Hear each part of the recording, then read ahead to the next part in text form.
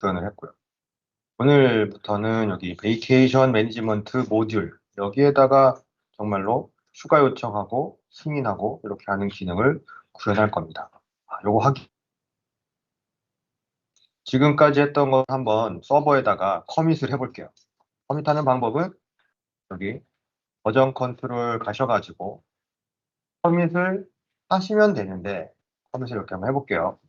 커밋을 이렇게 하시면 되는데 보시면 얘가 변경된 걸 이렇게 추적해가지고 이렇게 여기 changes in model, changes on disk 이렇게 하셔가지고 변경된 내용을 보여줍니다. 확인을 하신 다음에 여기에서 이제 어떤 분은 여기 스토리가 보이고 어떤 분은 안 보이고 그럴 거예요. 이 스토리는 프로젝트 대시보드, 어제 그 프로젝트 대시보드에서 플래닝 부분에서 유저 스토리를 등록을 했고 임포트, 익스포트 했잖아요. 보고 거기에서 현재 액티브 대 스프린트에 있는 스토리가 이렇게 나옵니다. 이거 안 보인다 하시면은 그거 액티브 하시면 되고 액티브 했는데도 안 보인다 그러시면 이거를 리프레시 하시면은 이렇게 보일 겁니다. 그래서 지금 작업한 내용이 어느 거랑 관련이 있다. 이렇게 찍으신 다음에 여기다가 내용을 뭐 하시면 되죠. 뭐라고 할까요? General Extensions Module Implemented 이런 식으로 했어요. 자, 그 다음에 중요한 게 요겁니다. 여기 버튼을 그냥 우리가 아무 생각 없이 쿡 누르면은 Commit and Push인데 여기 사실은 버튼이 선택을 할 수가 있어요. 이렇게 화살표를 하면 Commit and Push 아니면 Commit Locally만. 지금 선택한 거는 리파지터리가 Git 리파지터리입니다. Git 리파지터리는 기본적으로 내 로컬 머신이 하나의 작은 분산된 Git 리파지터리 중에 하나예요. 그래서 그냥 커밋만 하면 이게 서버로 원격에 있는 Git 리파지터리로 가는 게 아니라 내 로컬에 있는 Git 리파지터리로 이렇게 그냥 업데이트가 되는 겁니다. 네, 그거. 그래가지고 사실은 서버까지 보내려고 하면 푸시를 하셔야 돼요. 그래갖고 예를 들어서 로컬에는 커밋을 여러 번 한 다음에 푸시는 한 번 이런 식으로 많이 합니다.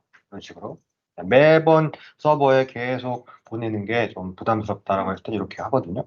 자, 그런데 문제 뭐냐면은 우리가 이렇게 커밋 앤 푸시 하면 디폴트가 그냥 커밋과 동시에 서버로 갑니다. 그걸 원치 않으실 수 있잖아요. 그럴 때는 커밋 로컬리 하시면 돼요. 사실 이게 디폴트이면 좋겠는데 이렇게 하시면은 로컬에만 이렇게 커밋이 되죠. 이 차이점 기억하시기 바랍니다. 이거는 이제 Git에서만 그런 거고 서 버전에서는 좀 다르죠. 서 버전은 그냥 슉 올라갑니다. 네, 이렇게 됐고 이렇게 하고 여러 번 커밋을 했어요. 로컬에 쭉 쌓이겠죠. 그거를 여기서 버전 컨트롤에서 푸시를 하시면 여태까지 쭉 커밋했던 게 드디어 서버로 이렇게 갑니다. 푸시를 하시는 순간 서버로 갑니다. 그것도 사실 별게 아닌데 물어볼 수 있어요. 예를 들어서 뭐 커밋을 하면 즉시 원격 리파지터리에 반영됐다. 이러면 사실 틀린 말이죠. 커밋하고 푸시까지 해야 돼요. 자, 됐습니다. 그렇죠? 만약에 여러분이 이렇게 개발을 하셨어요. 그런데 이걸 갖다가 요 프로젝트 패키지를 MPK 파일로 이렇게 익스포트 해가지고 다른 데서 한번 열어보고 싶어요. 또는 공유하고 싶어요. 그럴 때는 이렇게 하시면 돼요. 파일에서 익스포트 앱 패키지 하시면 여러분 지금 작업 중인 게 그대로 MPK 파일로 저장이 됩니다. 이때 이제 스냅샷이라는 말이 나오는데 노 데이터 이러면은 스냅샷이라는 건 뭐냐면 현재 제가 데이터를 입력한 게 없지만 입력한 게 있다라고 하면 그 입력한 데이터 플러스 업로드한 파일까지 그 정보까지 한 번에 내보낼 거냐 이러면은 여기 new snapshot from current database 또는 만약에 전에 만들어 놓은 스냅샷이 있으면은 이 existing 선택하시면은 이거 소스뿐 아니라 데이터까지 즉 이제 샘플 데이터를 만들어 놨을 수 있잖아요. 그거까지 패키지에 들어갑니다. 이런 차이점도 한번 보시고요. 이렇게 해가지고 얘를 공유해서 이렇게 돌아보시면 되겠죠. 이런 게 하나가 있고요. 또 하나는 이거는 지금 프로젝트를 통째로 내보내는 건데 난 이런 게 아니고 내가 아주 정성스럽게 만든 요 제너럴 익스텐션 요것만 내보내가지고 다른 프로젝트에서 임포트해서 쓰고 싶다. 왜냐면 요걸 이제 모듈이라고 하는 게 재사용 가능한 기능 단위라고 그랬잖아요. 그래서 요 모듈만 내보낼 수가 있습니다. 이렇게 익스포트 모듈 패키지. 아까는 프로젝트 패키지고 지금은 모듈 패키지. 그래가지고 이렇게 해서 그럼 요 제너럴 익스텐션만 이렇게 갑니다. 이건 아마도 여기에 지금 디펜던시가 있어가지고 그런 것 같은데 좀 그냥 이렇게 이런 식으로 얘가 이제 참 그 필요로 하는 npk 파일이 있다. 그럼 디펜던시는까지 같이 이렇게 나갈 겁니다. 이런 식으로 하시는 거죠. 이런 식으로 내보낼 수가 있고요. 또 한 가지 하나 더. 만약에 내가 이렇게 작업을 하고 있었는데 요 모듈 안에 있는 특정 요거 예를 들면 내가 또 정성스럽게 만든 요 마이크로 플로우를 요걸 좀 보관을 해놓거나 또는 뭐 집에 가져가 가지고 좀 수정을 해갖고 다시 한번 회사로 보내서 이렇게 뭐 업데이트 한다거나 하고 싶다. 그렇죠? 요것도 이제 파일로 뺄 수가 있습니다. 여기서 마우스 오른쪽 누르신 다음에 익스포트 도큐먼트 투 파일 제가 그랬잖아요. 이게 도큐먼트라는 건 문서인데 우리 머릿속에 생각하는 건 문서인데 맨딕스는 여기에 있는 모든 요 아이콘 달린 요 모든 요 객체들, 요 아이템들을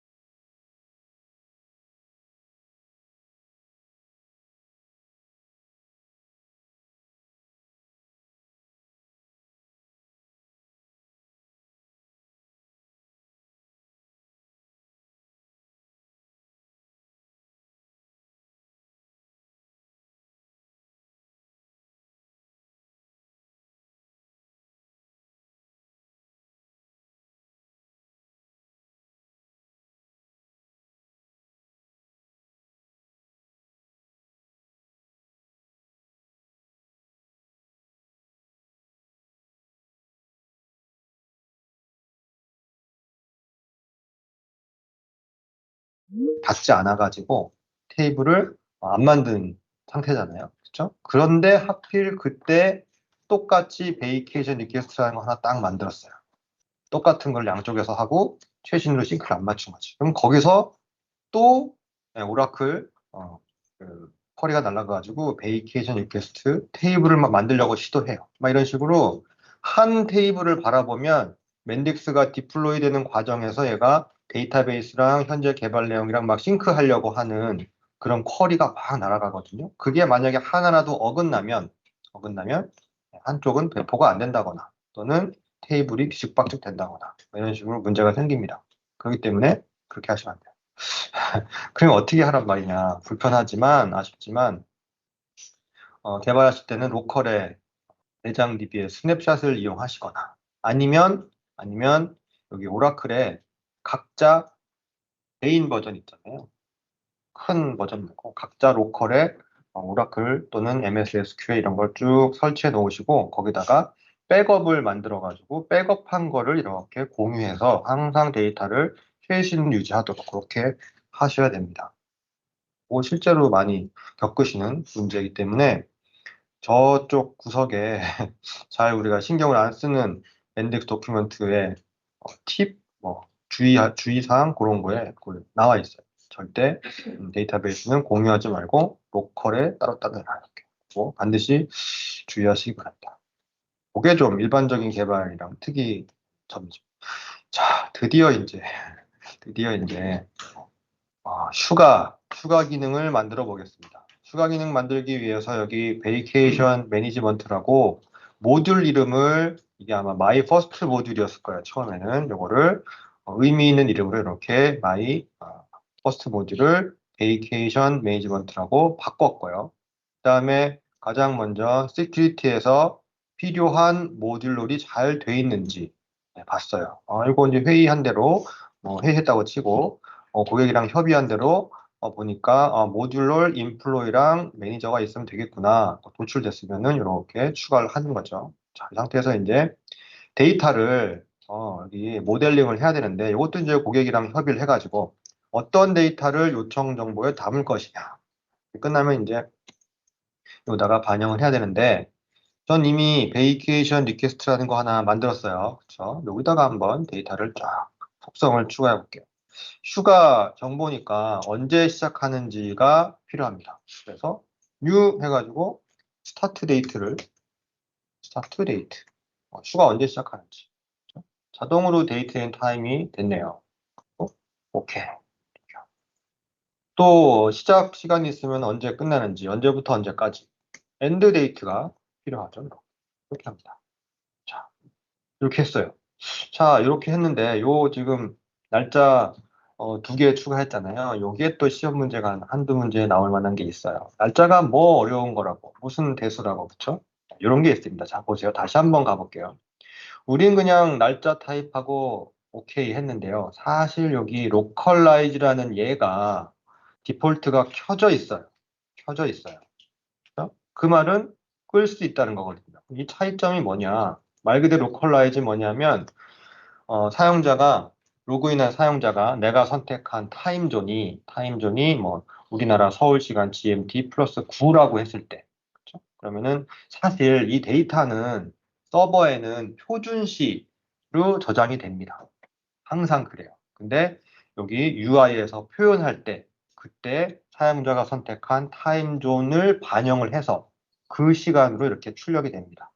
그러니까 표준시 요 12시라고 치면 그 표준시가 사용자별로 선택한 타임존에 따라 가지고 다르게 보일 수도 있는 거예요.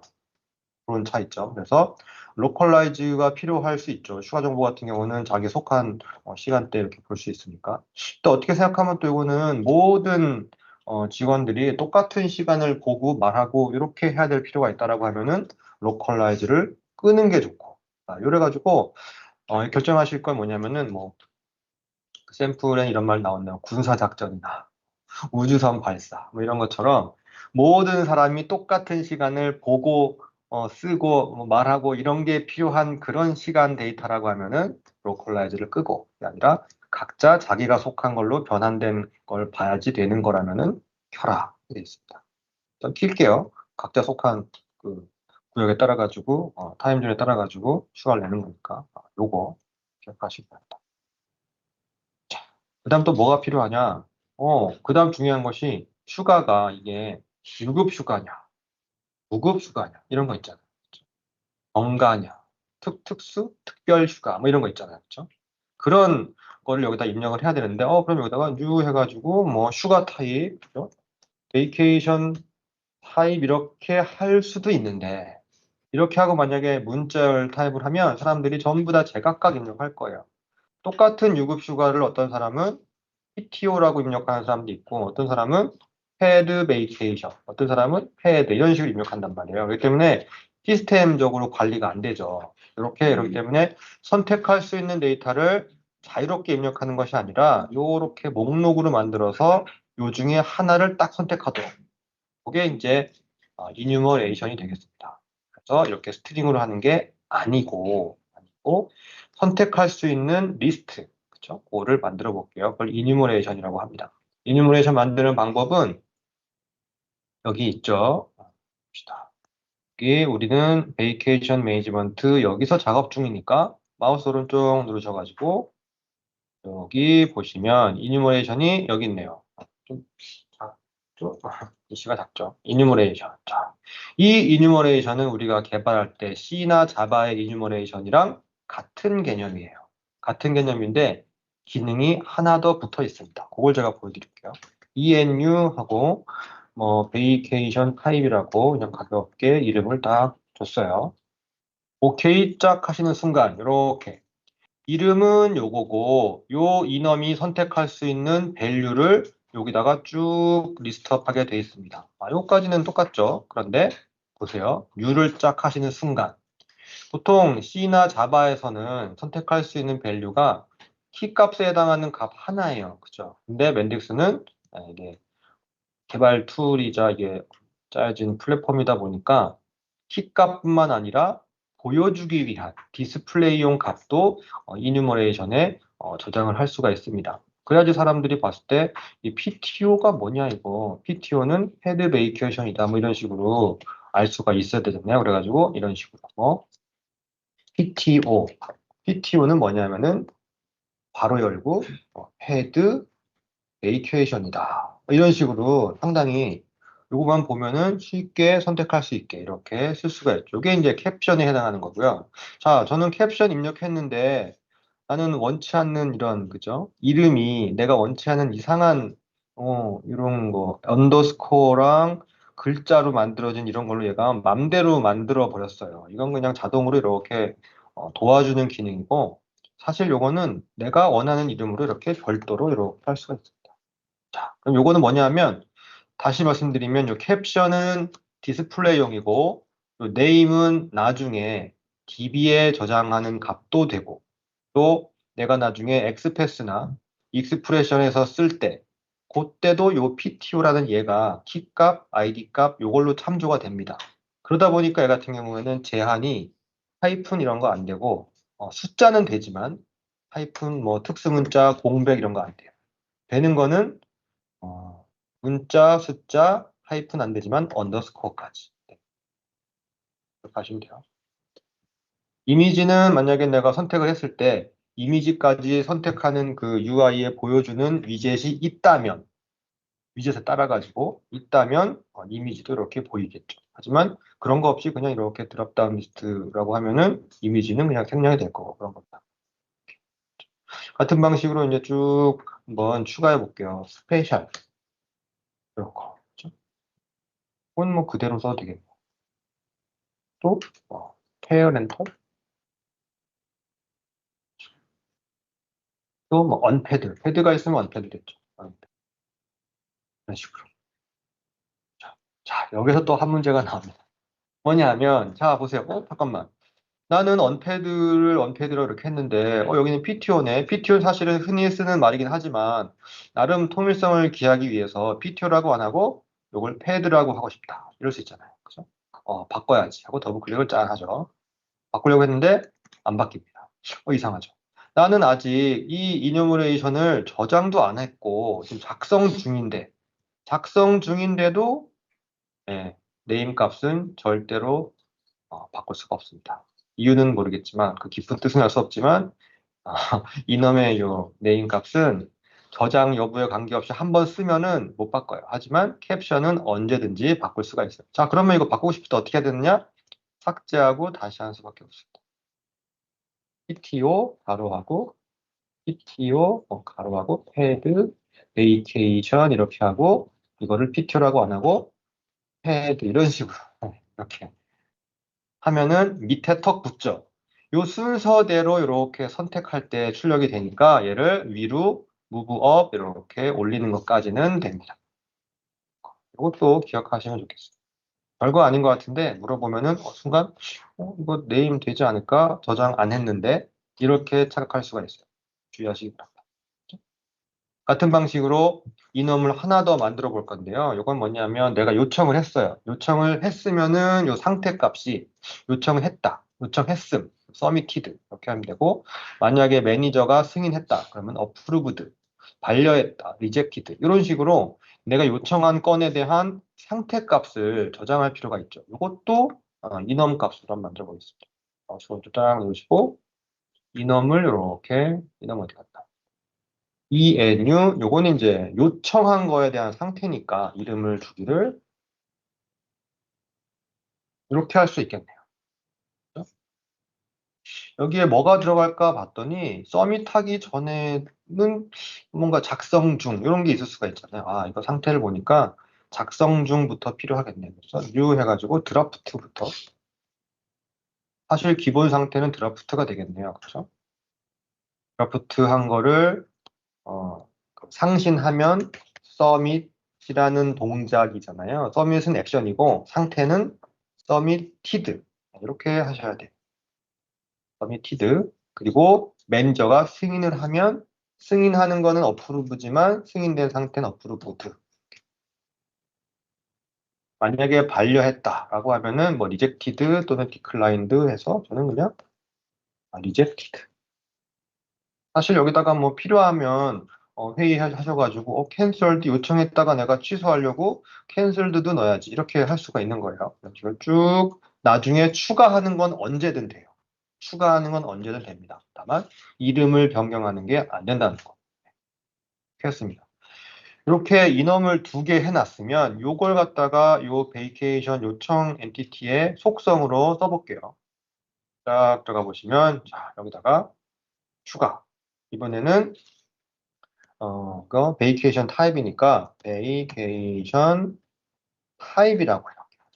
자동으로 얘가 타입자가 들어가면 또 이누머레이션이라는 걸 눈치를 채고 이놈이라고 딱 선택을 자동으로 해줘요. 그러면은 선택하셔가지고 아까 우리가 만든 베이케이션 타입 이렇게 하시면 선택하시는 순간 얘가 확인을 시켜줘요. 아, 네가 선택한 게 요건데 들어갈 수 있는 값이 요거 맞니? 라고 딱 봐요. 이거 맞네. 그러면은 OK를 바로 누를 수도 있는데 만약에 필요하다면 기본값도 미리 해놓을 수가 있지만 사실 이거는 기본값이 의미가 없죠. 사용자가 뭘 찍을지 알 수가 없기 때문에 이거는 기본값을 안 할게요.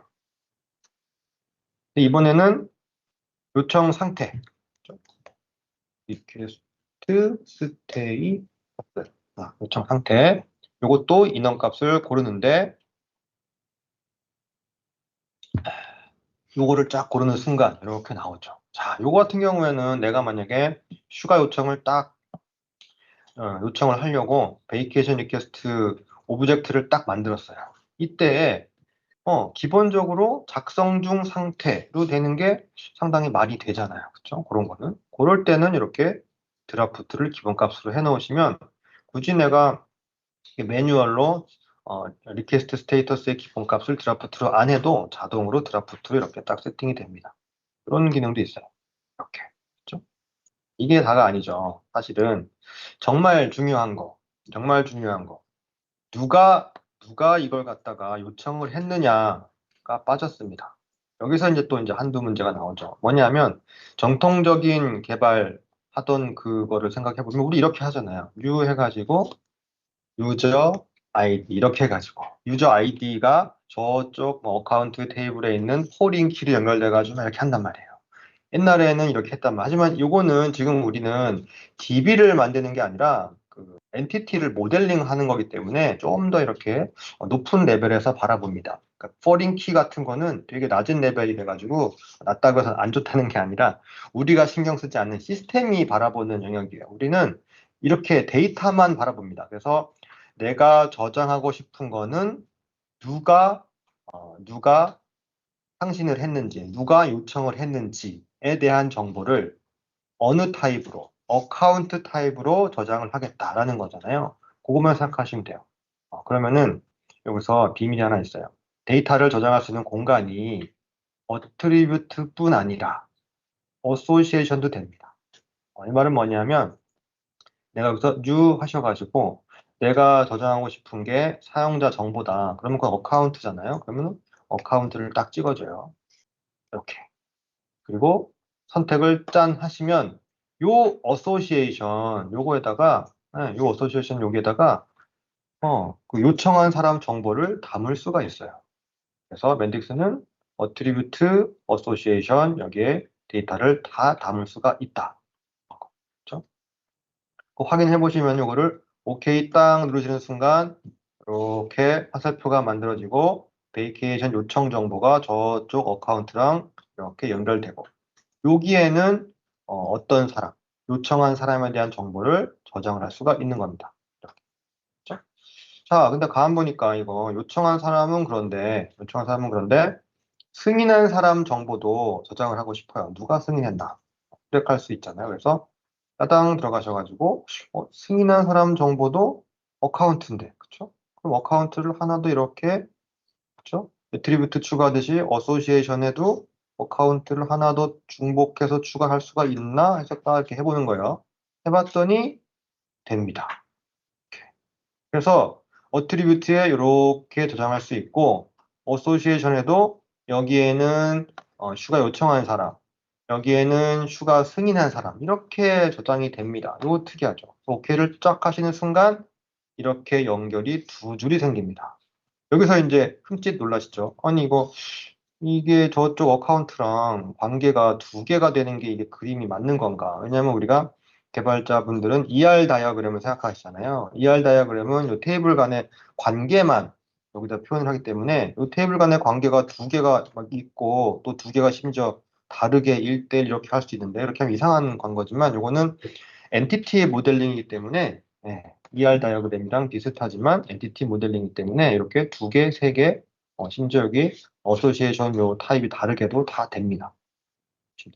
자, 그런데 여기 한 가지 보시면 이렇게 어소시에이션 이름을 딱 봐가지고 어느 게 요청한 사람이고 어느 게 승인한 사람인지가 구별이 안 됩니다. 그러니까 반드시 여기 보시면 어소시에이션에서 여기 우리가 그동안 여기 이름을 사실 신경을 안 썼어요. 이름을 따당 눌러가지고 어카운트는 너무 제너럴한 이름이잖아요. 그냥 어카운트가 아니라 이거는 사실은 서미터다. 이렇게 이름을 적어 주셔야 합니다. 그렇지 않으면 뭐 어느 게 서미터고 어느 게 매니저인지 알 수가 없죠. 마찬가지로 어카운트 숫자 2번은 사실 요거는 어카운트가 아니라 누가 승인했는지 어프루버를 저장하기 위한 어소시에이션이다. 이렇게 하셔야 됩니다. 그러면은 누가 봐도 베이케이션 리퀘스트는 요런 속성과 함께 요런 어카운트 정보도 저장할 수가 있구나. 지금 저장할 수 있는 구석이 6개가 된 거예요. 그렇죠? 요런 게 지금 이렇게 보입니다. 이렇게. 데이터 6개를 저장할 수 있구나. 그렇죠? 이렇게. 보통은 이렇게만 보고 데이터 4개 저장할 수 있네라고 생각할 수 있지만 사실은 6개 저장할 수 있는 거예요. 속성이. 자, 요게 다가 아니죠. 모든 데이터는 우리가 쭉 전에 만들어놨던 경험을 되새겨보면 사실 이거 언제 만들어졌는지, 그죠? 언제 만들어졌는지, 또 언제 수정했는지, 누가 만들었는지, 누가 수정했는지, 이런 약간 좀 시스템적인 정보를 보통 저장을 합니다. 그럼 우리가 또 이제 예전 방식은 이렇게 하겠죠. new 해가지고 created 막 이렇게 한단 말이에요. 이거 따라하지 마세요. 해가지고 데이트 타임이고 디폴트 밸류를 커런트로 하면 되겠지 싶어갖고 쫙 했어요. 그러면은 일단 첫 번째로 created date는 일단 reserved word이기 때문에 쓸 수가 없습니다. 이런 것도 있고요. 이런 식으로 시스템이 쓰는 거예요. created date는. 그러면은 created만 할까? 이런 식으로 하면은 아이고, created에서 데이타임을 해가지고 디폴트를 current로 해가지고 하면 될 것 같죠. 하면 어쨌든 만들어는 지지만 이거는 우리가 생각한 대로 작동하지 않습니다. 그 이유를 알려드릴게요. 이것도 많이 하신 실수 중에 하나예요. 지금 보시면 이런 식으로 데이터를 만들 수는 있어요. 그런데 여기서 말하는 current date time은 어떤 시간이냐 하면 이 데이터가 실제 DB에 커밋돼 갖고 저장되는 시간이 아니고 요 폼 같은 걸 만들려고 그렇죠? 휴가 입력 양식을 만들려고 요 오브젝트 생성하잖아요. create. 그 시간이 여기에 들어갑니다. 예를 들어서 이제 12시에 생성해가지고 한 10분 동안 작성한 다음에 세이브 했어요. 그러면은 여기에는 여전히 12시가 들어있는 거예요. 사실은 우리가 기대하기는 12시 10분이 들어가기를 기대하지만 얘는 12시가 들어있는 거예요. 그럼 이게 전혀 이거 우리가 원하는 게 아니잖아요. 그럼 이렇게 하면 안 된다라는 거예요. 하지만 그러면은 이거를 나중에 커밋할 때 업데이트 해주면 되겠네. 네, 그렇게 하시면 됩니다. 하지만 우리는 또 더 쉬운 방법이 있죠. 바로 이겁니다. 시스템 멤버스를 가보시면 이럴 때 이건 너무나도 자주 많이 쓰는 거기 때문에 아예 그냥 create date 체크하시면 자동으로 요 데이터 커밋돼 갖고 만들어질 때 그 시간이 저장이 되고요. 누가 만약에 변경을 했다라고 하면 changed date 저장이 되고요. 누가 만들었다라고 하면은 그 만든 사람도 이렇게 저장이 됩니다. 누가 만약에 수정했다라고 하면은 changed by 저장이 됩니다. 요거 이렇게 체크만 해주시면은 저장이 돼요. 자, 그러면은 이제 생각할 수 있는 게, 아니, 이거 보시면 여기 서미터가 있고, 그죠? 서미터가 작성한 사람일 텐데, 그죠? 그럼 이거 오너도, 이거, 처음에 이거 생성한 사람일 텐데, 이거 중복된 거 아니냐라고 생각할 수 있어요. 틀린 말은 아니지만, 요거를 이렇게 구분하셔야 돼요. 지금 내가 서미터라고 한 얘는 우리 비즈니스 로직에서 비즈니스적인 데이터라고 보시면 돼요. 그래서 정말 이 휴가가 누구 거냐라는 거를 가리키는 게 서미터인 거고, 그렇죠? 하지만 이 오너는 휴가와 데이터와 관계없이 그냥 이 데이터 자체를 만든 사람이 됩니다. 그렇기 때문에 이 오너는 때에 따라서는 이 휴가 서미터랑 같을 수도 있지만 만약에 누가 대리로 했다거나 시스템 어드민이 대신했다거나 또는 저쪽 시스템에서 이쪽으로 넘어오는 어떤 인터페이스라고 한다거나 이러면은 오너는 서미터랑 달라지겠죠. 그렇기 때문에 데이터를 그렇게 성격을 구분하셔야 돼요. 그래서 얘를 갖다가 시스템 멤버라고 하는 겁니다. 이거 별거 아닌 용어지만 시스템 멤버, 시스템 멤버. 시스템 베리어블 아니고요. 시스템 멤버입니다. 시스템 베리어블은 꺽쇠 퍼센트 커런트 유저 이런 게 시스템 베리어블이고 얘는 시스템 멤버예요. 데이터에 있는 거니까 멤버죠. 그거 기억하시면 되고 또 한 가지는 항상 틀린 거 맞는 거 고르는 게 아주 그냥 좀 함정이 많습니다. 예를 들어서 내가 만약에 누가 저장했는지 누가 언제 저장했는지에 대한 정보를 저장하려면 시스템 멤버에 업데이트 바이 업데이티드 데이트를 체크하면 된다라고 하면 틀린 말입니다. 왜냐면은 업데이트 바이는 없어요. 체인지드 바이가 있지.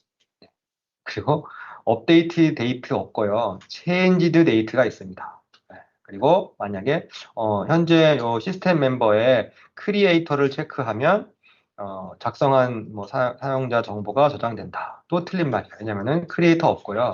오너가 있습니다. 오너. 네, 이런 거, 그죠? 크리에이티드 데이트는 있지만 크리에이터는 없어요. 이거 좀 이상하죠. 함정 문제 만들기 참 좋은 거예요. 이거 기억하시기 바랍니다. 정확하게 기억하셔야 돼요. 이런 식으로 하시면은 상당히 많은 수고를 덜 수가 있죠.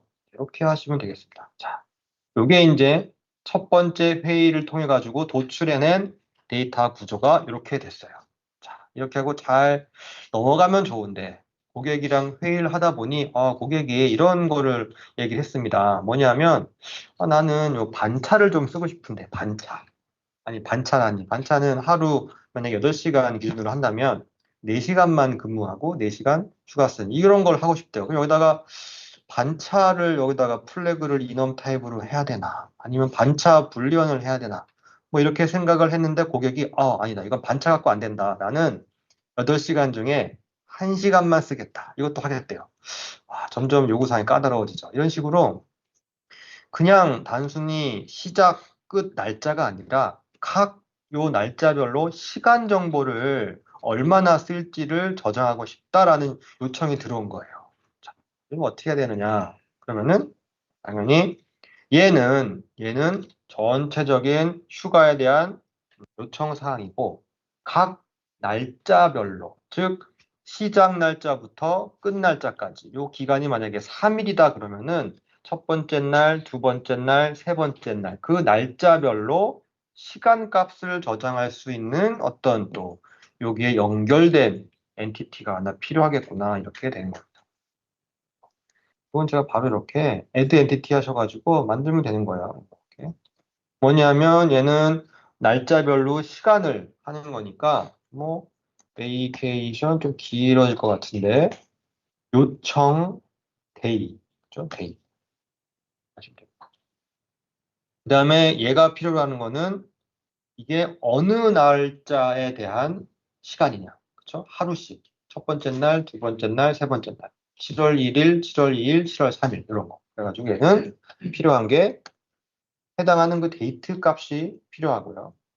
그다음에 실제 요거를 사용할 휴가값, hours 값도 필요하다. 이런 식으로 만드시면 되는데 hours는 요거는 정수니까 인티저로 하셔야 되고요. 이렇게 하시면 됩니다. 자, 오케이 하시면 되는데 자 이제 고민되는 거죠. 야 여기 만들었긴 만들었는데 얘랑 사이의 관계를 어떻게 하면 좋을까 생각하는 거예요. 보시면 이 베이케이션 리퀘스트 데이는 이거 혼자 있을 수가 없죠. 얘는 요 베이케이션 리퀘스트 요청 건에 딸린 거잖아요. 그러니까 의존 관계가 얘가 얘를 바라보는 거잖아요. 이렇게 바라보는 거니까 얘가 여기서 화살표가 이렇게 날아가는 거죠. 이렇게 화살표 방향으로 이렇게 바라보는 거예요. 그렇죠? 디폴트로 1대 n이 됐어요. 이거 그대로 가면 됩니다. 왜냐하면 한 요청건에 날짜가 여러 개 붙으니까. 이렇게. 만약에 한 요청건마다 날짜가 하나다라고 하면은 1대 1 하면 되지만 얘는 한 요청건마다 날짜 여러 개 하니까는 이 모양 그대로 가도 되겠네요. 됐습니다. 이런 식으로 계속 회의를 하시면서 모델을 바꿔 나가시는 거예요. 또 이렇게 하다 보니 고객이 또 이걸 얘기했어요. 그러면은 이 사람이 1년 동안 휴가를 뭐 100시간을 받았는데, 과연 요거는 몇 시간을 요청한 거냐. 이거 집계해가지고 몇 시간 남았는지를 하기 위해서. 자, 그러면 여기다가 또 토탈 아워스가 지금 휴가권에서 사용한 토탈 시간이, 그죠? 토탈 아워스. 이것까지 또 필요하게 된 겁니다. 이런 식으로. 토탈 아워스도 정수형으로 추가하게 되는 거죠.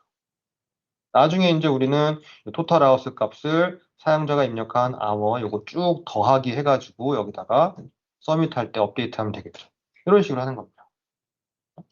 요거 한번 모델링을 한번 해보세요. 제가 한 3분 정도 시간 드리겠습니다. 이거 모델링 꼭 해보세요.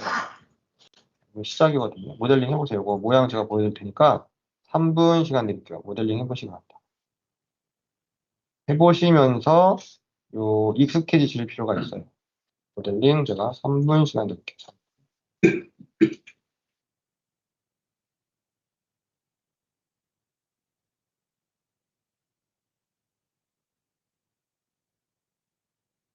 하시는 동안 제가 말씀드릴 거는 사실은 요거 8일 과정이라고 하면 시간을 넉넉히 해가지고 하나하나 페이지를 구현을 하는 그 과정을 보여드릴 수가 있는데 3일에 압축을 하다 보니까 어쩔 수 없이 그 모범 답안 샘플 프로젝트를 이제 열어가지고 그걸 제가 설명을 드리는 식으로 하도록 하겠습니다. 오늘 오후에 조금 일찍 끝내려면은 그렇게 할 수밖에 없어요. 하지만 이 정도 모델링만 하시면 나머지는 사실은 그 토픽이 남아있는 게 이런 겁니다. 합계 내는 거, 합계 내는 거, 리스트에 아이템 추가하는 거, 뭐, 마이크로플로어에서 이렇게 루프, for 루프, 그렇죠? 루프 많이 쓰는 거죠. 분기문, 루프, 뭐 이런 거, 비교문, 비교가 분주죠. 뭐 이런 것들은 기본적으로 어떤 프로그래밍인지 기본적으로 필요한 거니까 보고 해보고. 그 다음에는 이제 맨딕스만의 좀 특이한 그런 것들 짚어드리고. 그러면 나머지는 이제 그 제가 처음에 공유해드린 그 과제 문서 있잖아요. 그거 보시면서 자습하셔가지고 채울 수가 있습니다. 이거를 다 해드리면 정말 좋은데 주어진 시간이 3일이다 보니 아쉽습니다.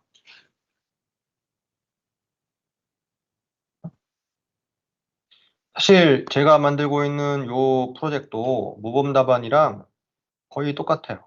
하지만 살짝 다르거든요. 그래서 만약에 이것도 필요하시다고 하면은 제가 MPK 파일을 뽑아가지고 오늘 끝난 다음에 이따 저녁 때 제가 공유해 드릴게요. 또 이제 살짝 모듈 이름이나 문서 이름이 다르면 또 어색해갖고 기억이 잘 안 날 수 있으니까 그것도 한번 보시고 모범 답안도 보시고 하면은 기억이 잘 날 거예요.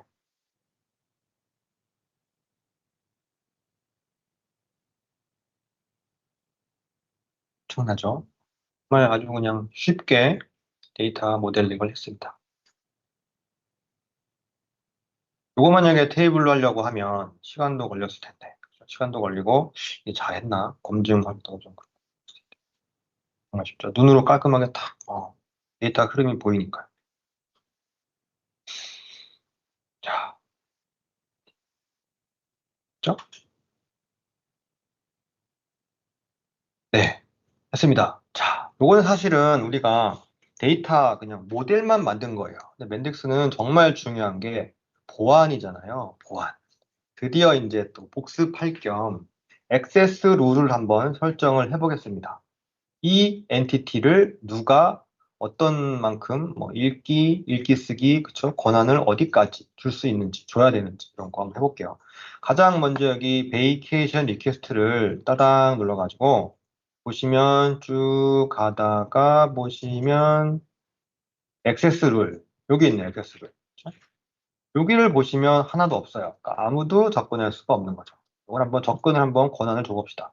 뉴 하셔가지고 누구한테 줄 거냐. 기본적으로 이거 휴가를 신청할 사람이 인플로이니까 인플로이한테 권한을 주는데 뭘 줘야 되느냐? 이거 다 줘야겠죠. 이렇게. 다 줘야겠죠. 이렇게. 다 줘야겠다 해서 오케이 짠 했어요. 오케이 짠 했어요. 그쵸?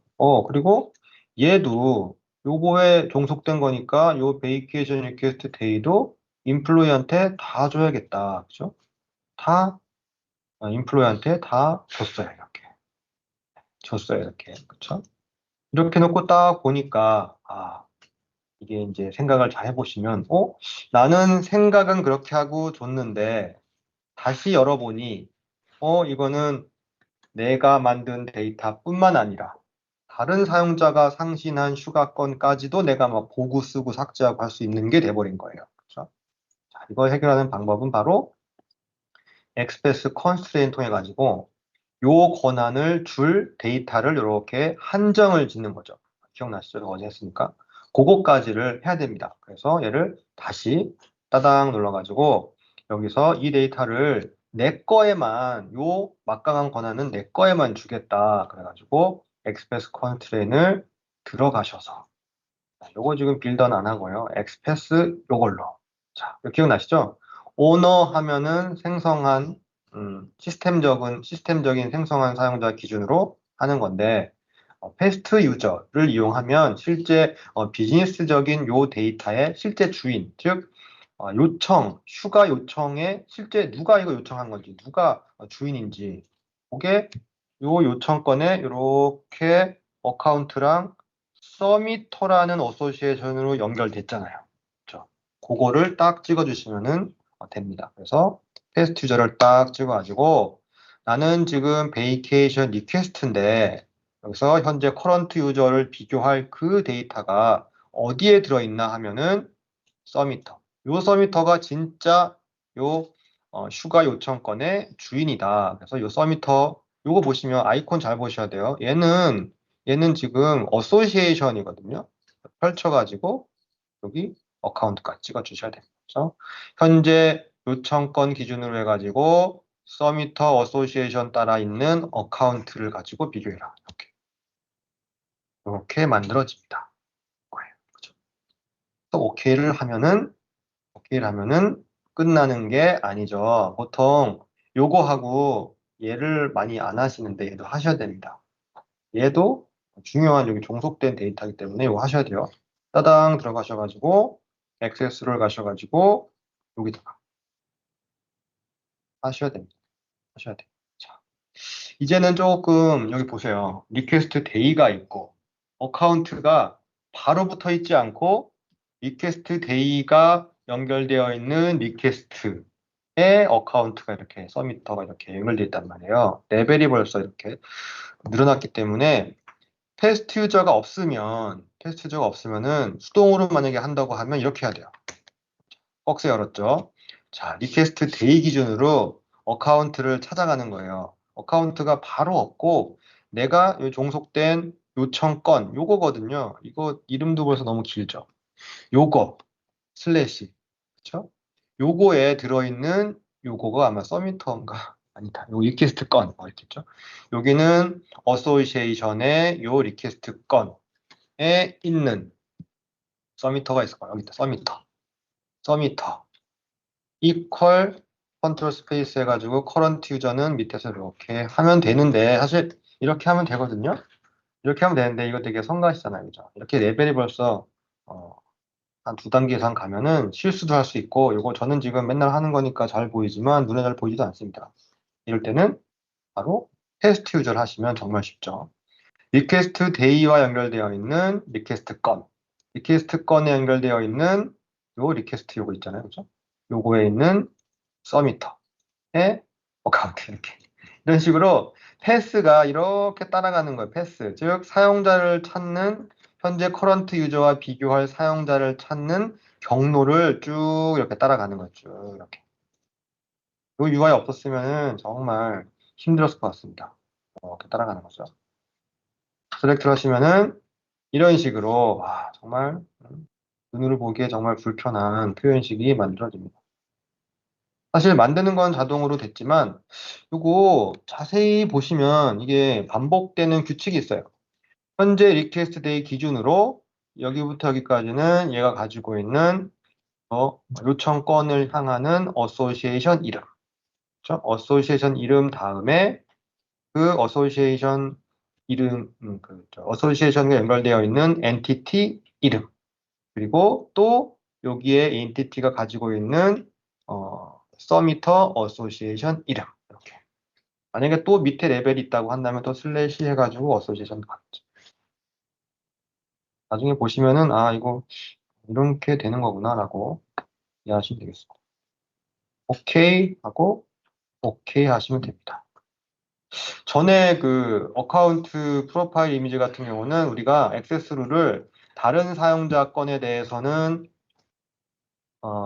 유저 모듈러한테 리드 권한을 줬어요. 그래서 중복해가지고 내 거는 풀 권한, 다른 사람 거는 리드 권한 줬는데 얘는 다른 사람 거를 볼 필요가 없겠죠. 이것만 주면 됩니다. 이것만 주면 돼요. 하지만 매니저는 다르죠. 매니저는 다릅니다. 따당 들어가셔가지고 액세스를 매니저는 요 요청권을 보고 승인도 해야 되고 그렇잖아요. 그렇죠? 승인해야 됩니다. 그러니까는 보고 승인하려면은 뭔가 권한을 줘야 되니까 또 유 하셔가지고 매니저를 딱 클릭하셔가지고 매니저한테 권한을 줘야 돼요. 자, 근데 매니저는 이거 생성 삭제를 하면 안 되고, 그렇죠? 요거를 쭉 그냥 이렇게 읽기만 하면 되잖아요. 그렇죠? 읽고 별 문제 없나? 뭐 이렇게 보고. 그렇죠? 그리고 승인하면 되고.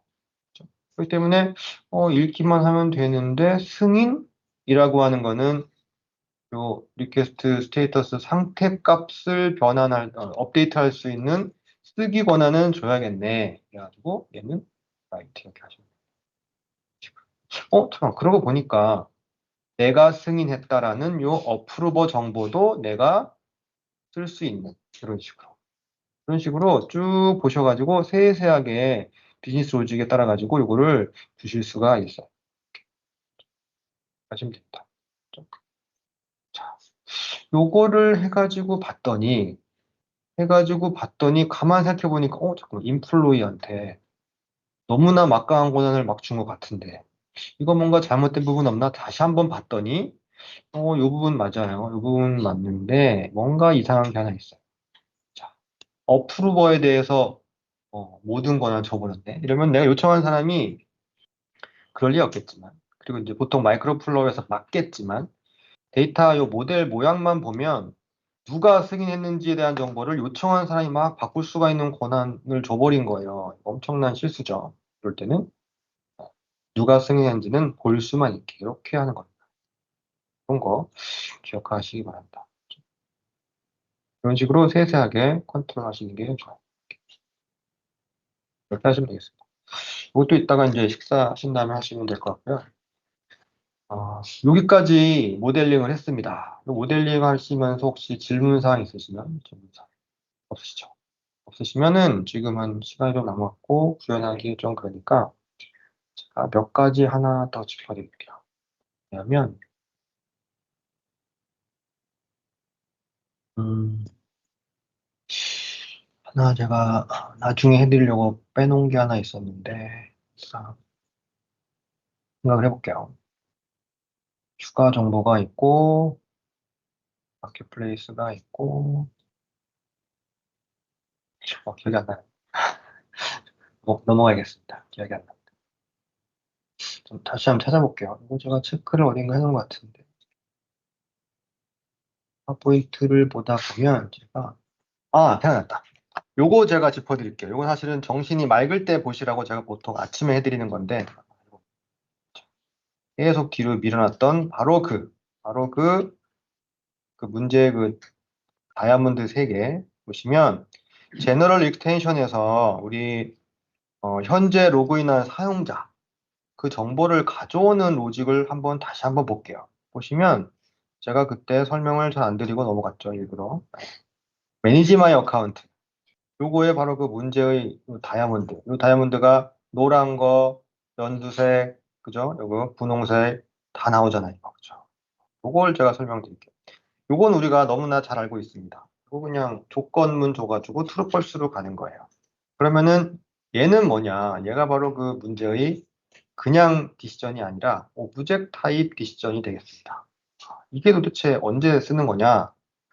예를 하나 보여드릴게요. 보통 우리가 흔히 개발하실 적에 도메인 모델 이렇게 가보시면 우리 시스템의 유저에다가 사용자 정보를 이렇게 담고 있고 거기에 부족한 이메일이나 풀네임을 저장하기 위해서 마켓플레이스의 어드민 모듈에서 어카운트라는 거를 지정을 했어요.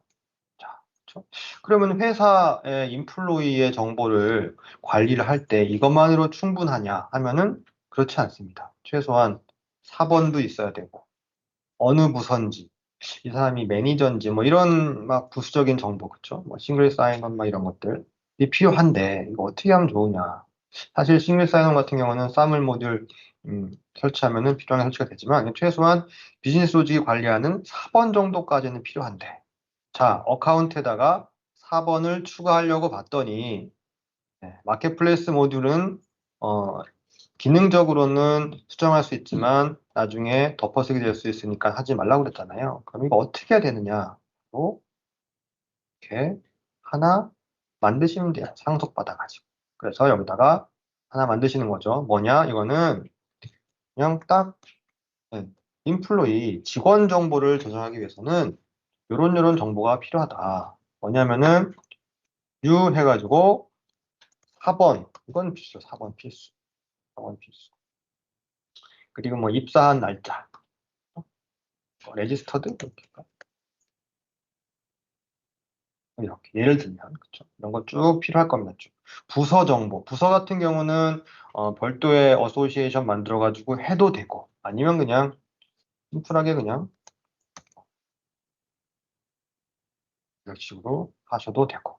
예를 들어서 이런 식으로 확장을 할 수가 있어요. 그런데 그냥 이렇게 하는 것이 아니고요. 이렇게 하면 얘는 그냥 인플로이 정보를 담고 있는 거지, 인플로이 타입으로 유저를 생성할 수가 없어요. 시스템 유저 타입으로 유저를 만들 수가 있고, 그거를 상속받은 어카운트 타입으로 사용자를 만들 수가 있잖아요. 같은 방식으로 요 인플로이 타입으로 사용자를 만들려면 그냥 이렇게 하시면 안 되고, 제너럴리제이션 가셔가지고, 이거 상속이잖아요. 부모를 시스템 유저 또는 시스템 유저를 상속받은 어떤 거, 예를 들면 어카운트로 상속을, 부모를 선택을 하셔야 돼요. 우리는 어카운트를 선택을 해볼게요. 왜냐하면 이렇게 하면 인플로이는 요 속성뿐만 아니라 어카운트가 정의하고 있는 모든 추가 속성까지, 그리고 이 어카운트는 시스템 유저를 상속받고 있으니까 시스템 유저가 가지고 있는 모든 속성과 어소시에이션까지 이렇게 다 내려옵니다. 이렇게 되는 거예요. 이렇게 많이 하십니다. 그러면은 나중에 이렇게 할 수가 있어요. 우리가 다시 한 번 더 시큐리티를 가보시면, 데모하실 적에 사용자를 이렇게 데모 사용자 만들잖아요. 이런 거 하실 적에 어카운트 타입이 아니라 직원 타입으로 만들 수가 있습니다. 그래야지만 4번 이런 거 넣고 데모를 똑바로 할 수 있겠죠. 네, 전에 안 보이던 게 지금 보이죠. 왜냐하면 이렇게 유저 상속받은 엔티티를 하나 더 추가했기 때문에. 네, 이렇게 쓰이는 겁니다. 이런 방식의 모델링 기억하시기 바랍니다. 되게 재밌죠? 이게 이제 문제가 뭐냐면 이럴 수가 있어요. 만약에, 항상 만약에 마이크로플로우가 이런 게 있다고 쳐봅시다. 데모 하나 만들게요. 데모. 연습하는 거는 데모 폴더 하나 만들어가지고 요거를 하나 하는데, 만약에 마이크로플로우가 이런 게 있어요. 마이크로플로우가 아직 이거는 어떤 기능 할지 모르니까 액트 하나 그냥 MF라고 하겠습니다. MF 유저 타입 체크? 연습이니까 이렇게 했습니다. 이거 뭐냐면요. 만약에 여기다가, 만약에, 만약이란 말을 너무 많이 한 것 같죠. 이유가 있어요.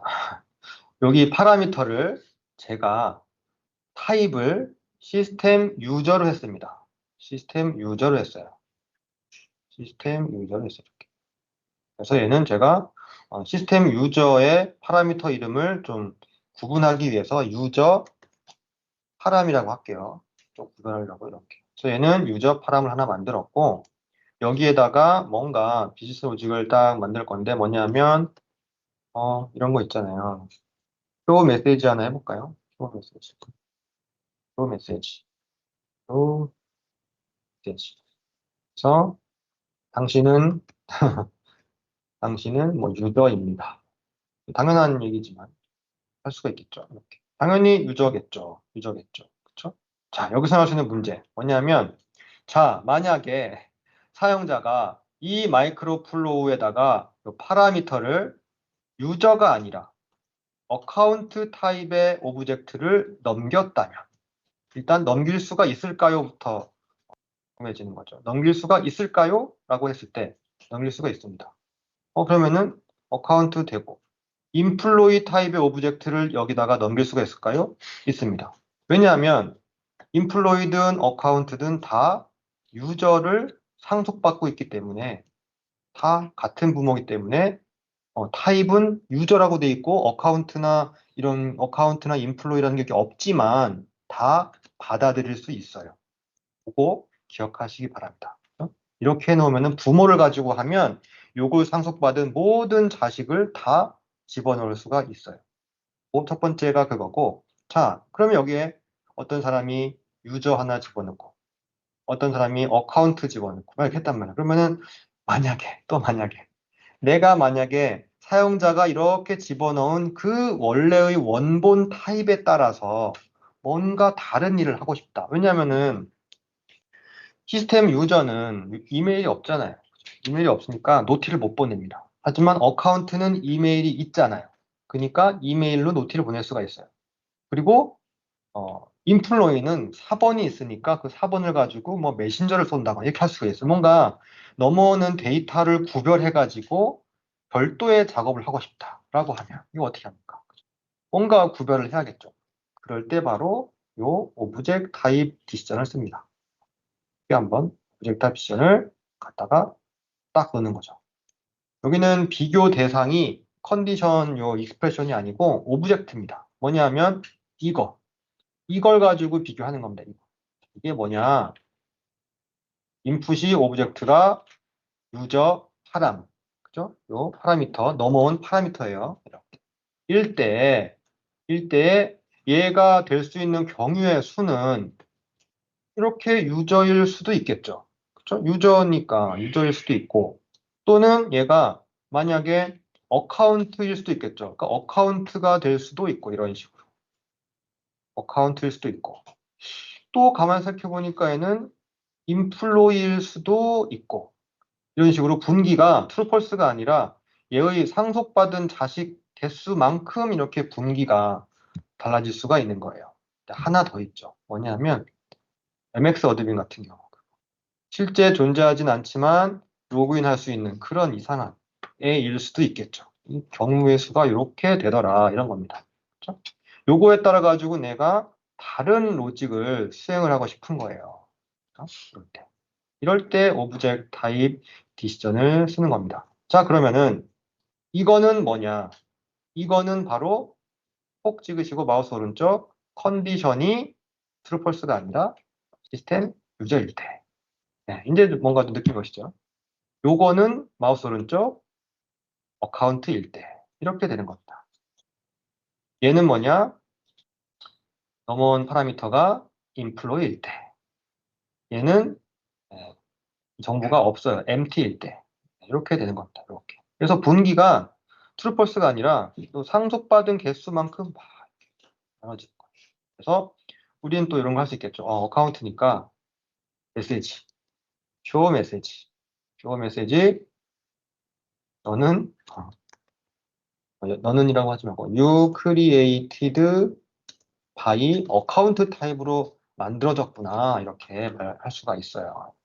그렇죠? 자, 그리고 여기다가 또 말하기를 to message. 너는 employee 타입으로 어, created by created by 영어가 employee 이렇게 할 수가 있겠죠. 이렇게 할 수가 있습니다. 얘는 이거 empty니까 이거 이상하잖아요. 그죠? 뭔가 이거 정보가 잘못된 것 같다 너 이거. 너는 체크해봐라. invalid 유저 타입이다. 이거 이런 식으로 할 수 있겠죠.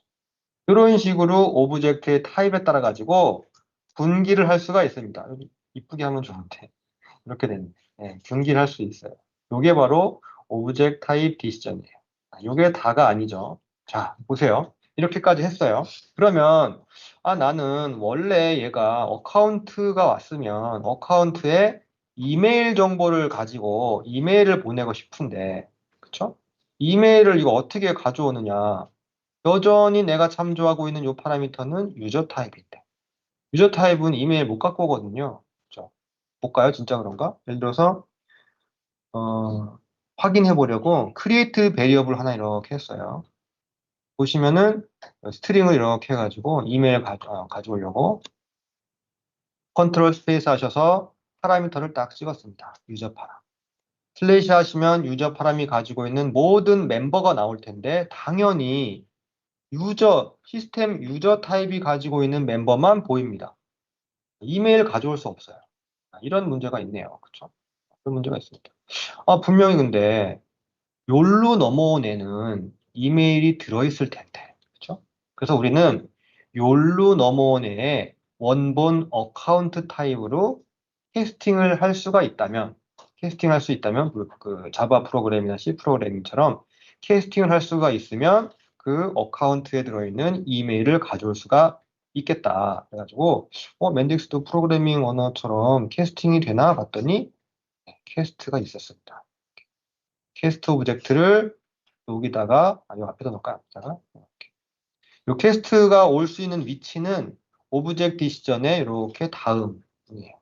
이렇게 오시면 자 캐스트는 요 오브젝트의 원본 오브젝트로 캐스팅을 하는 거니까 따당 눌러가지고 당연히 얘는 어카운트 캐스팅이 될 거고 우리가 입력하는 거는 변수명만 써주면 돼요. 그래서 뭐 어카운트 하면은 어카운트 엔티티랑 이름이 겹치니까 좀 구별하기 위해서 제가 그냥 어카운트 인스턴스라고 할게요. 어카운트 오브젝트 하셔도 되고 이런 식으로. 그러면은 얘가 캐스팅 돼가지고 원래 게 이렇게 담겨 있으니까 여기에서 파라미터 여기에서 참조를 해볼게요. 바로 어카운트 인스턴스 캐스팅한 거 슬래시 해가지고 이메일 가져올 수가 있죠. 이게 됩니다. 이렇게 하시는 거죠. 같은 방식으로 캐스팅한 어카운트 인스턴스 슬래시 풀네임도 어카운트만 있는 거죠. 이렇게 가져올 수가 있습니다. 그래갖고 난 안다.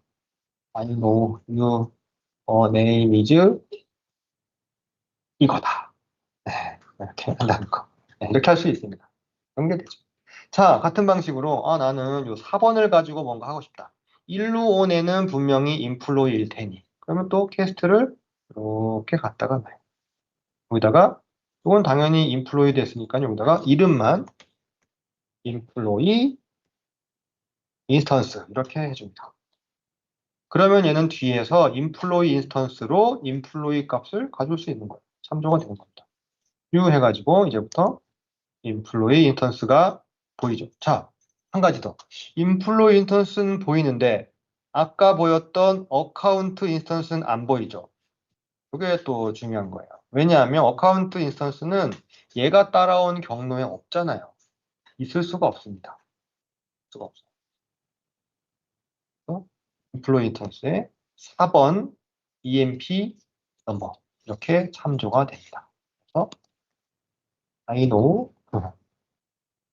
your EMP number equal 요거 단어 4번 이거지 이렇게 알 수가 있는 거예요.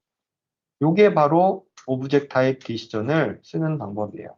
자, 이렇게 메시지를 띄워주는 것도 당연히 되고요. 여기에서 다른 페이지로 분기하는 것도 됩니다. 당연하겠지만. 그래서 이 페이지마다 예를 들어서 유저가 넘어왔을 때는 유저의 정보만 보여주고 이렇게 뭐 업데이트하는 거. 또 어카운트가 있으면은 어카운트의 정보를 보여주고 업데이트하는 이런 식으로 인플로이가 오면은 4번이랑 여러 가지를 보여주고 업데이트 이런 식으로 페이지를 각각 다르게 디자인할 수가 있잖아요. 그래서 여기에다가 쇼 페이지 할 때 유저용 페이지를 보여주고 여기에서는 어카운트용 페이지를 보여주고 여기에서는 인플로이용 페이지를 보여주고 이런 식으로도 분기를 다르게 할 수 있어요. 왜냐면은 넘어오는 페이지 파라미터 타입에 따라 가지고 그 페이지가 처리할 수 있는 게 달라지니까 이런 식으로 할 수 있습니다. 자, 그러면은 도대체 이거 가지고 어떻게 현재 로그인한 사용자를 가져오느냐? 그게 이제 의문점이죠. 숨어 있는 기능이 하나 있어요. 자, 이제 요 연두색 박스 다이아몬드의 기능을 하셨죠? 근데 여기에 한 가지 더 숨어 있는 기능이 있는데 그게 뭐냐면 따당 하시면 자, 보세요. 이 마이크로 플로어는 파라미터가 없습니다. 파라미터가 없는데 얘는 도대체 뭘 가지고 비교를 하느냐? 따당 가보시면 비교할 인풋 오브젝트가 커런트 유저는 그냥 가져올 수가 있어요. 파라미터가 없어도. 그래서 그냥 현재 요 마이크로 플로우를 실행한 현재 사용자 그거를 가지고 비교를 해서 걔가 어카운트면 일로 가라. 그죠? 그리고 시스템 유저면은 여기로 가라. 얘는 empty인 거죠, empty. empty면은 여기로 가라. 이렇게 되는 겁니다. 이 그림이 좀 이상하지만 이제 이해 가시죠? 그래서 이렇게 된 겁니다. 요게 이제 하나가 있고 5분 동안 하나 더 알려드릴게요.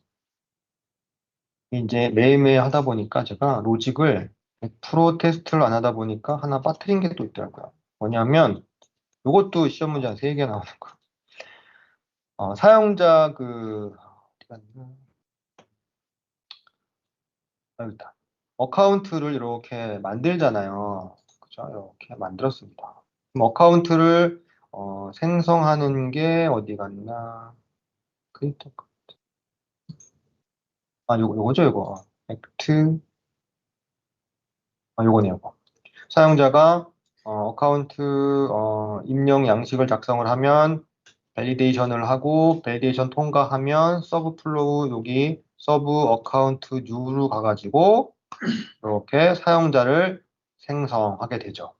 네, 여기서 한 가지 정말 중요한 걸 빠뜨린 게 있습니다. 이렇게 하면 어카운트가 생성되는 건 맞아요. 하지만 이 사용자한테 적절한 롤을 지정을 안 했습니다. 그래서 만들었는데도 불구하고 로그인이 안 돼요. 롤이 없으니까 로그인이 안 됩니다. 근데 친절하지가 않아가지고 롤이 없습니다라고 알려주는 것이 아니라 아이디 패스워드가 틀렸습니다 이렇게 알려줘. 왜냐면 로그인을 할 수가 없다라는 것만 얘는 봤거든요. 그래서 이렇게 하실 적에 롤도 가져와서 어카운트 만들 때 롤 정보도 넣어주셔야 돼요. 그게 정말 중요하고 시험 문제 한 두세 개 나와요. 왜 그러냐면은 롤 가져오는 방법이 시험 문제가 되겠죠. 어떻게 가져오느냐? 자, 롤을 가져오려면 롤과 어카운트의 관계를 이해할 필요가 있습니다. 이렇게 가봤더니 시스템 유저에 이렇게 있잖아요. 시스템 유저에 롤이 이렇게 있습니다. 사실 뭐냐면 우리가 CQT에서 이렇게 유저 롤을 쭉 적잖아요.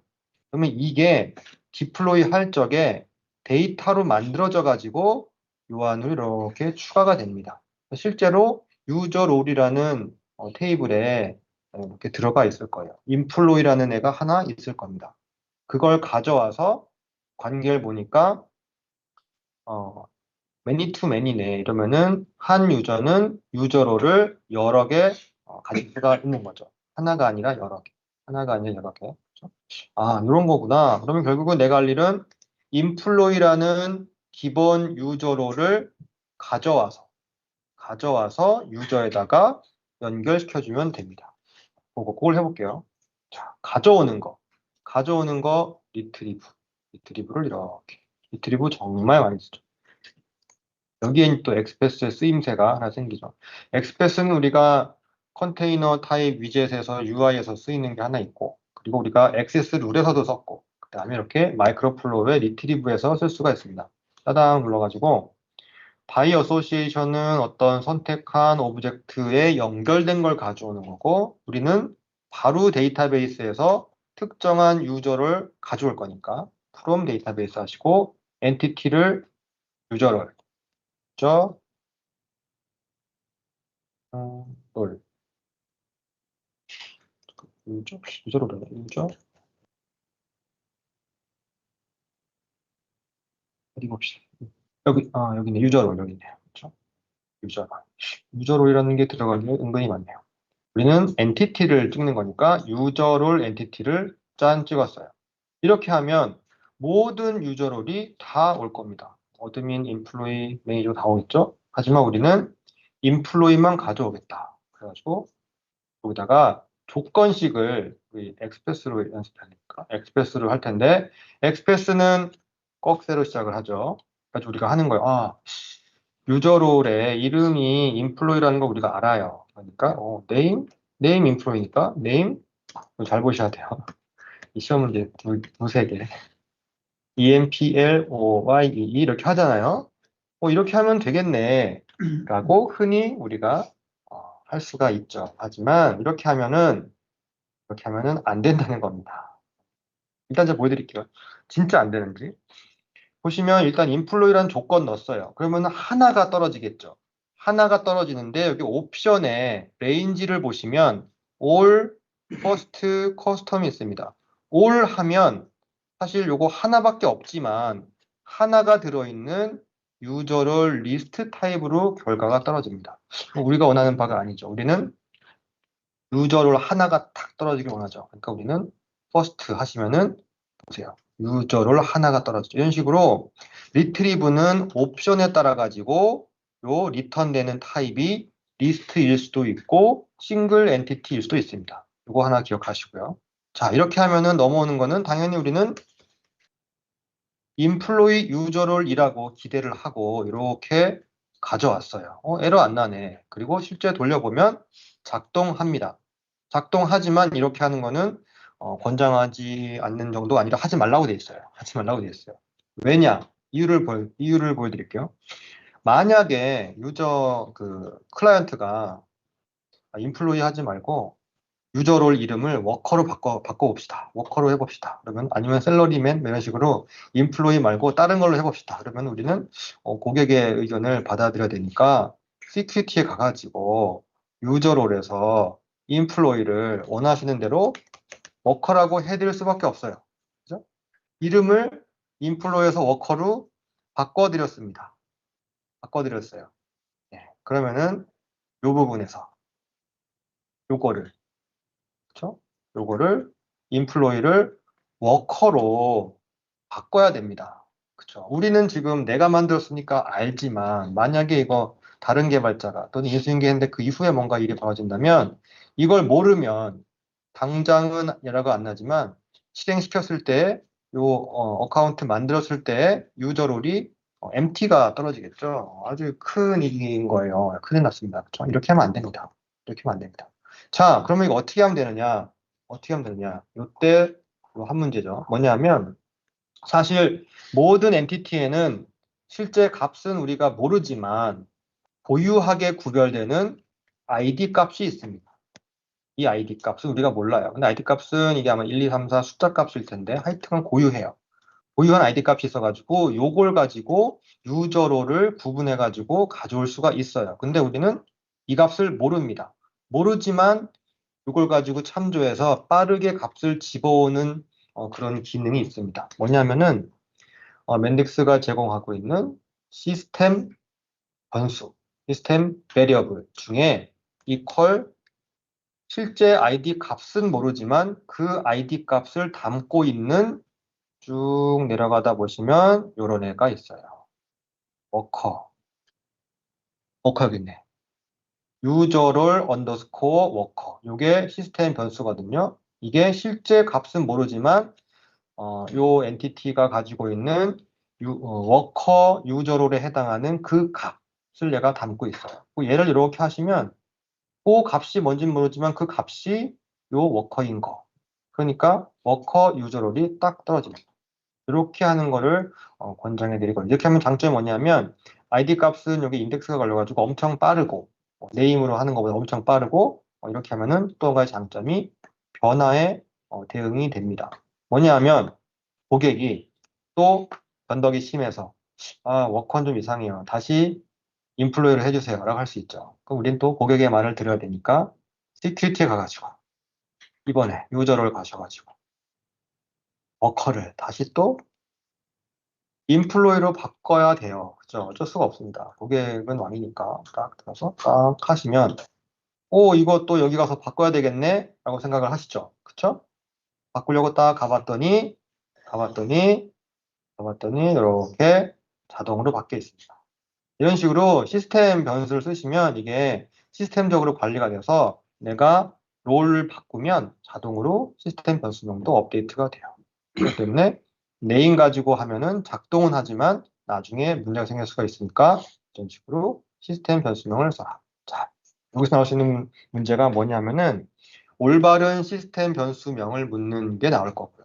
또 한 가지는 만약에 내가 새로 워커라는 걸 추가했다. 그럼 그거의 시스템 변수명은 뭐가 될까? 그럼 패턴이 억세 퍼센트 유저를 언더스코어 한 다음에 내가 입력한 유저를 이름 이렇게 가거든요. 이게 패턴입니다. 요거를 이제 물어볼 거예요. 그런 식으로 기억하시면 되겠습니다. 그렇게 하시면은 여기에 될 거고 이렇게 왔어요. 이렇게 왔어요. 왔으면은 얘는 그냥 온 거지 어카운트랑 아직 안 붙었습니다. 붙이시려면 이 어카운트의 멤버는 애트리뷰트 플러스 어소시에이션이라고 그랬잖아요. 그러니까 멤버에다 값을 여기 어트리뷰트에다 쭉 하는 거 마지막에 요 어카운트와 연결되는 어소시에이션 중에 유저롤 정보 저장하는 거 요거잖아요, 요거. 요거에다가 뭘 하느냐? 방금 앞에서 가져온 인플로이 유저롤을 이렇게 붙이시면 됩니다. 여기까지 하면은 완벽하게 이렇게 아, 어카운트가 인플로이 유저롤로 만들어집니다. 이렇게 하셔야 돼요. 질문 없으시죠? 네, 그럼 1시까지 식사하시고 이어서 오후 시간에는 정말로 휴가 기능을 한번 쭉 리뷰해 보도록 하겠습니다.